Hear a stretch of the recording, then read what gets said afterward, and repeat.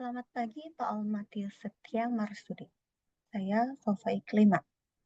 Izin menjawab pertanyaan tugas 3 sesi 6.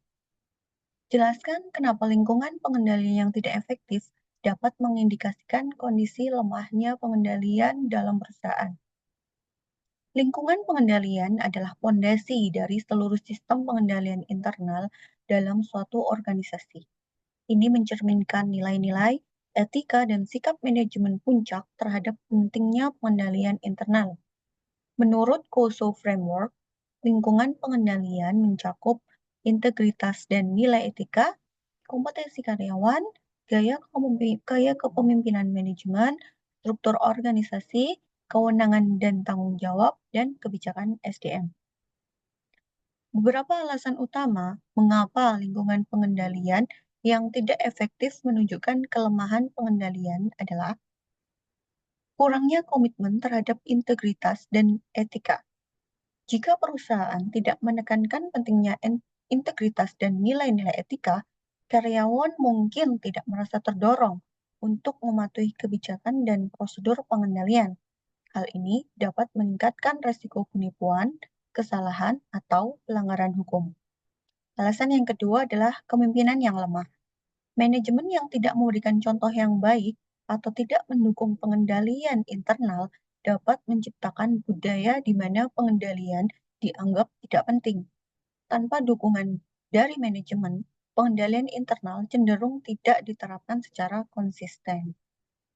Alasan yang ketiga adalah kurangnya akuntabilitas. Lingkungan pengendalian yang tidak efektif seringkali ditandai dengan kurangnya akuntabilitas. Jika karyawan tidak diminta bertanggungjawaban atas tugas mereka, pengendalian internal dapat diabaikan, sehingga meningkatkan risiko kesalahan atau penyalahgunaan. Alasan yang keempat adalah kekurangan kompetensi.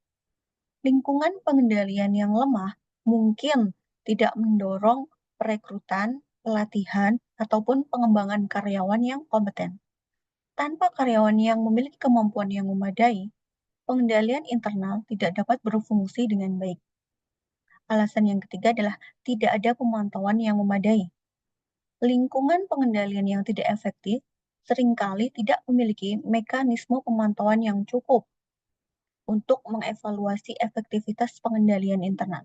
Tanpa pemantauan, kelemahan dalam pengendalian tidak terdeteksi dan tidak bisa diperbaiki. Alasan yang keenam adalah resiko yang tidak dikelola dengan baik. Lingkungan pengendalian yang lemah menunjukkan bahwa perusahaan mungkin tidak memiliki pendekatan yang sistematis untuk mengidentifikasi dan mengelola risiko.